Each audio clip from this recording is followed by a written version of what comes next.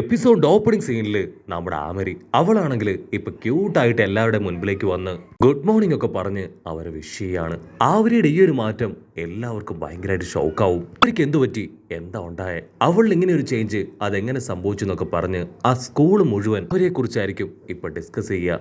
അതേസമയം broadcast members അവർക്കാണെങ്കിൽ എന്താ സംഭവിച്ചതെന്ന് അറിയില്ല. പക്ഷെ അവർ തീർത്തു പറയും, ഒരിക്കലും ഞങ്ങളല്ല അവളെ ബ്രോഡ്കാസ്റ്റ് റൂമിലേക്ക് വിളിച്ചത്.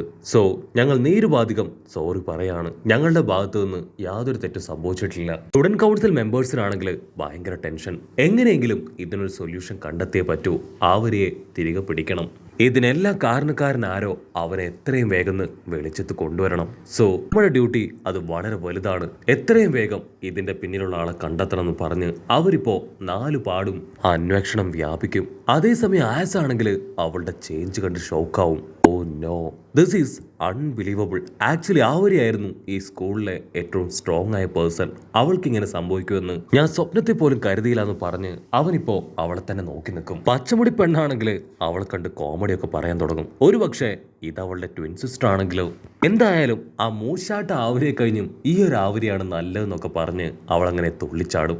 ഇവിടെ ആസിനാണെങ്കിൽ ഹീറോയെ കാണാനായിട്ട് ഒരുപാട് ആഗ്രഹം തോന്നും. പക്ഷെ അപ്പോഴേക്കും അവന്റെ ടീം മെമ്പേഴ്സ് അവനെ പിടിച്ചു വലിച്ച് അവിടുന്ന് കൊണ്ടുപോവാണ്.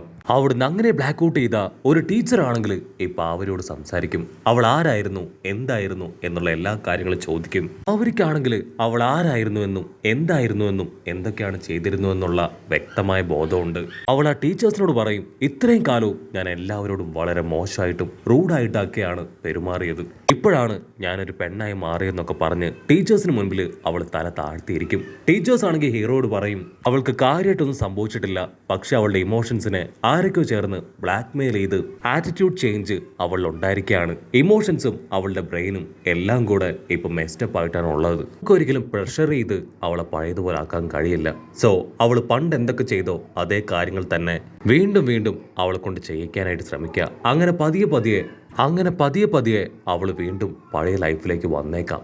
പ്രൊഫസർ കാലിഗോ ആണെങ്കിൽ ഇപ്പൊ സ്റ്റുഡൻസിനോട് പറയും, നമ്മളുടെ എല്ലാവരുടെയും ഒരു റോൾ മോഡലായിരുന്നു സ്റ്റുഡന്റ് കൗൺസിൽ ടീമും ഇതിന്റെ ഹെഡായിരുന്ന ആവരിയും. സോ തീർച്ചയായിട്ടും ഈ ഒരു പ്രശ്നത്തിൽ നമുക്ക് എല്ലാവർക്കും റെസ്പോൺസിബിലിറ്റി ഉണ്ട്. അവർ പഴയതുപോലെ ആയിട്ടില്ല എങ്കിൽ തീർച്ചയായിട്ടും ഈ ഒരു ബാറ്റിൽ ടീം അത് ഞാൻ പിരിച്ചു വിടുമെന്ന് പറഞ്ഞ് കാലിഗോ കടന്നു പോകും. മെമ്പേഴ്സ് എല്ലാവരും ഇപ്പൊ അവരുടെ അടുത്തേക്ക് വരികയാണ്. അവളാണെങ്കിൽ ഇപ്പൊ അവർക്ക് ആവശ്യത്തിന് ഫുഡും ഒരുപാട് ചോക്ലേറ്റ്സ് ഒക്കെ കൊടുത്ത് എന്റർടൈൻ ചെയ്യിക്കും. മെമ്പേഴ്സിനാണെങ്കിൽ അത് കുറച്ച് ഇഷ്ടമൊക്കെ ആവും. പക്ഷേ അവളെ പഴയതുപോലെ ആക്കിയിട്ടില്ലെങ്കിൽ ആ ടീം അവർക്ക് നഷ്ടമാവുമെന്ന് ഓർക്കുമ്പോൾ അവരുടെ ഉള്ളിലെ പേടി കൂടിക്കൂടി വരും. ആവരെയാണെങ്കിൽ സാധാരണ വെറുതെ ആർക്കും അപ്രൂവൽ കൊടുക്കാറില്ല. പക്ഷെ ഇപ്പോഴാണെങ്കിൽ അവൾ എല്ലാവർക്കും അപ്രൂവൽ കൊടുക്കുകയാണ്. മാത്രമല്ല ആവരെ ഇപ്പൊ പഴയതുപോലെ അവളുടെ ടീംമേറ്റ്സിനെ കഷ്ടപ്പെടുത്തുന്നില്ല. അവരുടെ കൂടെ നിന്ന് എല്ലാത്തിനും അവർ സപ്പോർട്ട് ചെയ്യും. അവൾ കൊഞ്ചി കുഴഞ്ഞ് നാണം കുടുങ്ങി ഇപ്പൊ അവരോട് ചോദിക്കും, ഞാൻ നിങ്ങൾക്ക് ഒരുപാട് കഷ്ടപ്പാടും വർക്കൊക്കെ തരുന്നുണ്ടോ? പിന്നെ അവർ ഷോക്കായിട്ട് പരസ്പരം നോക്കും.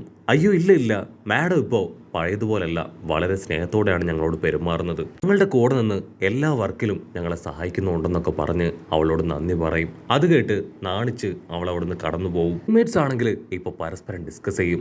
അവരെ ഇങ്ങനെ ഒരു ഗതിയിലാക്കിയവരെ നമ്മൾ കണ്ടെത്തണം.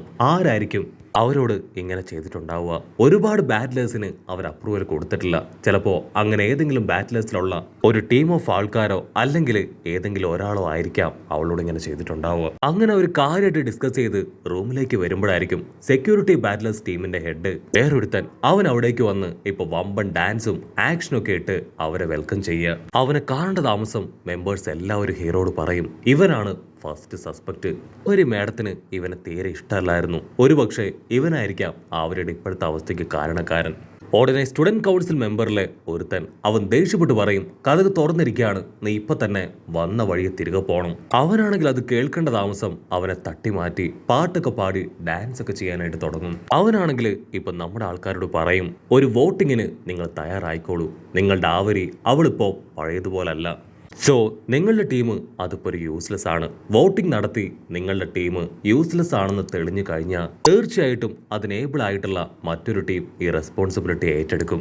ഓൾറെഡി ഈ ഒരു കാര്യത്തിന് വേണ്ടി ഞാൻ ഇത്രയും പേരുടെ സിഗ്നേച്ചർ കളക്ട് ചെയ്തിട്ടുണ്ടെന്ന് പറഞ്ഞ് പണ്ട് അക്സെപ്റ്റൻസ് കൊടുക്കാത്ത ഒരുപാട് ടീംമേറ്റ്സിന്റെ സിഗ്നേച്ചർ ഒക്കെ ഉള്ള വലിയൊരു പേപ്പർ സ്ക്രോള് അവൻ തുറന്ന് കാണിക്കും. അവൻ സ്ട്രെയിറ്റ് ആയിട്ട് വന്ന് ഇപ്പോ അവരെ തൊടാൻ ശ്രമിക്കുകയാണ്. അത് കണ്ട ഹീറോ അവന്റെ കൈ തട്ടി അങ്ങോട്ട് മാറ്റും. അത്രയും പേരുടെ മുൻപിൽ വെച്ച് അവന്റെ കൈ ഹീറോ തട്ടി മാറ്റിയത് അവനൊട്ടും ഇഷ്ടാവില്ല. അവന് ഭയങ്കരമായിട്ട് ഇൻസൾട്ട് ഫീൽ ചെയ്ത് അവൻ നിലത്തിരുന്ന് കരയാൻ തുടങ്ങും. അവനും അവന്റെ ടീംമേറ്റ്സും ഒരുപാട് ദേഷ്യപ്പെട്ട് അവിടുന്ന് കടന്നു പോവാണ്.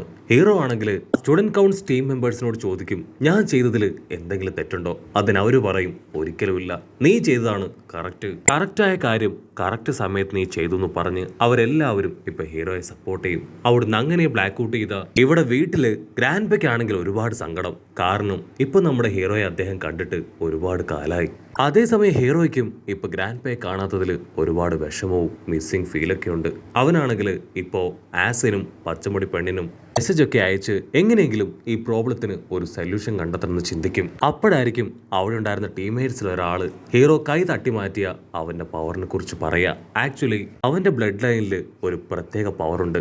അവനെ കൊണ്ട് മറ്റുള്ളവരുടെ അറ്റൻഷൻ ഈസി ആയിട്ട് ഉണ്ടാക്കിയെടുക്കാൻ വേണ്ടി പറ്റും.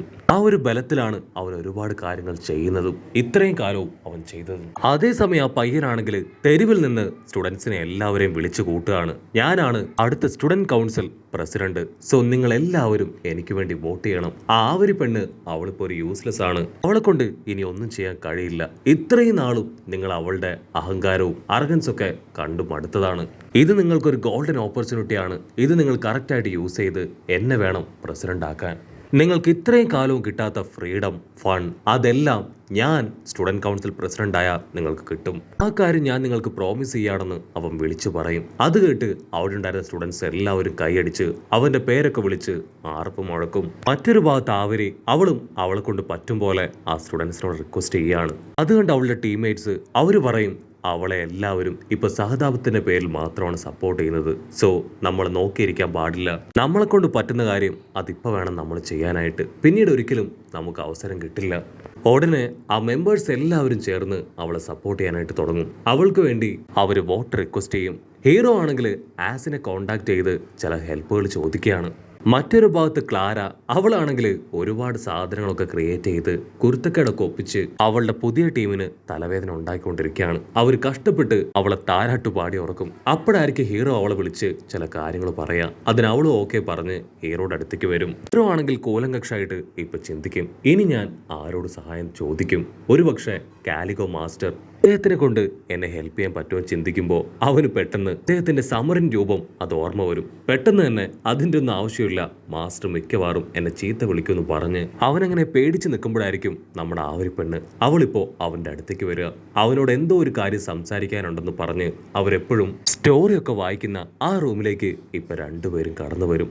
ആവരിക്കാണെങ്കിൽ എപ്പോഴും ഇല്ലാത്ത ഒരു നാണവും പരിങ്ങലും ഒക്കെ. അവൾ അല്പസമയമായി ഇപ്പൊ വിദൂരതയിലേക്ക് തന്നെ നോക്കി നിൽക്കുകയാണ്. ഹീറോയോട് അവൾ ഒന്നും തന്നെ സംസാരിക്കുന്നില്ല. അടുത്ത നിമിഷം ഹീറോയുടെ റിങ്ങിലുണ്ടായിരുന്ന ആ ബീസ്റ്റ് പുറത്തേക്ക് വരും. ഒരുപാട് കാലായി ഞാനിപ്പോ പുറത്തേക്ക് വന്നിട്ട് നിനക്ക് എന്നെ വേണ്ടല്ലോ. നീ ഈ സ്റ്റുഡന്റ് കൗൺസിൽ ടീമിൽ ചേർന്നതിൽ പിന്നെ എന്നെ മൈൻഡ് പോലും ചെയ്തിട്ടില്ല.